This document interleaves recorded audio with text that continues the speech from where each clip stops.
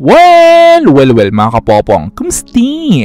Well, since ang isa sa mga issues o topic ngayon sa Asia itong patungkol sa isa sa nangyayari sa karagatan sa Asia, which is ang isa na nga sa mga nakahanda dyan walang iba kundi ang bansang Japan, ay mayroon muna akong isang trivia sa inyo, ha? Well, alam niyo naman siguro ang hidwaan between ng China at ng bansang Japan, na ang isa na nga sa mga ugat niyan syempre walang iba kundi ang pag-aagawan rin ng mga lugar. Most specifically itong Senkaku Island. Pero alam nyo ba na mayroong pangyayari sa karagatan ng Japan na sobrang kinaantigan ng puso ng maraming tao sa mundo? Well, para pala sa mga hindi nakakaalam, ay actually mayroong kasing isang Chinese fishing boat ang sa hindi inaasahan lumubog malapit sa Japan. Which is ang isa naman sa mga nag-rescue dyan sa mga Chinese na yan ay walang iba kundi ang grupo mismo ng bantay dagat ng Japan.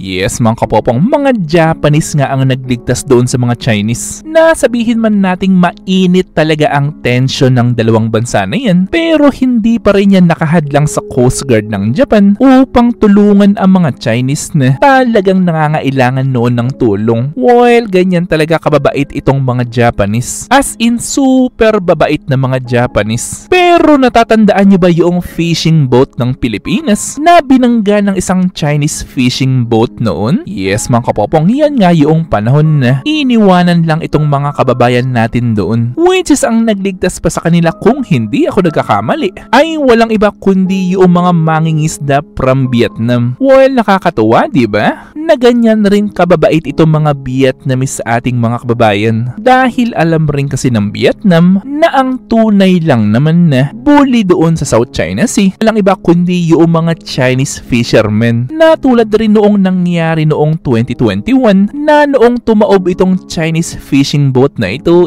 Kilala niyo ba sa kung sino ulit ang mga unang tumulong dyan? Well, huwag kayo magugulat, ha? Dahil bansang Japan ulit ang rumisponde dyan. Actually, ganito kasi ang nangyari. Sa oras kasi ng alas 8:50 ng umaga noon ay nakatanggap o naka-receive ng distress signal ang mismong Coast Guard ng Japan. Well, basically, ay kapag kasi naka-receive ang mga Coast Guard o kahit anumang mga barko, ay ang ibig sabihin lang yan mayroong posibleng isang barko ang agarang nangangailangan ng tulong. Nakilala nyo naman ang bansang Japan na sa mga pangyayaring yan agaran agad silang nagpapadala ng mga helicopter at mga speedboats para tumulong. Na kahit ang tulong na gagawin pa nila kahit sa bansang China pa na mahilig ring mangbuli sa bansang Japan. Well, dyan mo talaga malalaman kung gaano talaga kababait itong Coast Guard ng Japan na kabaligtaran naman sa ugali nitong mga Chinese Coast Guard na ito. Anyway, isang trivia ulit mga kapopong, ha? For example,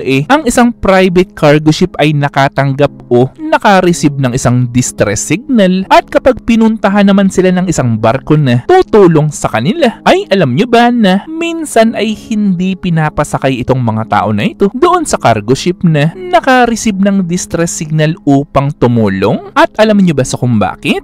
Well, dahil kasi nag-iingat rin kasi ang mga cargo ship na baka kasi yung humihingi ng tulong ay pineke lang nila ang kanilang distress signal upang akyatin lamang yung barkong target nila. Yes, mga kapopong, at ang tinutukoy ko na nga dyan walang iba kundi ang mga pirata na kung hindi naman ako nagkakamali ay madalas namang mangyayari yan sa Indian Ocean na marami rin talagang mga pirata. Anyway, sa iba at bago namang istorya ay alam nyo ba na ang Navy ng Amerika gumawa ng isang klaseng barko na barkong kayang maglayag kahit walang tao sa loob? Yes, mga kapopong, as in unmanned o walang tao sa loob ni isa, which is tinesting na nga ito ng Amerika at nakarating na ito ng bansang Japan ng walang tao sa loob nito. Well, ang high-tech, diba? Pero ang main goal talaga sa kung bakit gumawa ang Amerika niyan ay upang makatulong rin sa mga pinaggagawa ngayon ng China. Well, basically, ay kapag kasi nagbalak ang China na palubugin niyang barko na yan, ay syempre walang buhay ang mawawala since wala ngang tao dyan. Pero kung babalakin man ng China na gawin yan kahindik-hindik na gawain na yan, ay posible ba natin masabi na pwede kaya kaya diyang magsimula ang isang gulo na talagang hindi na naisin ng maraming tao sa Asia na mangyari?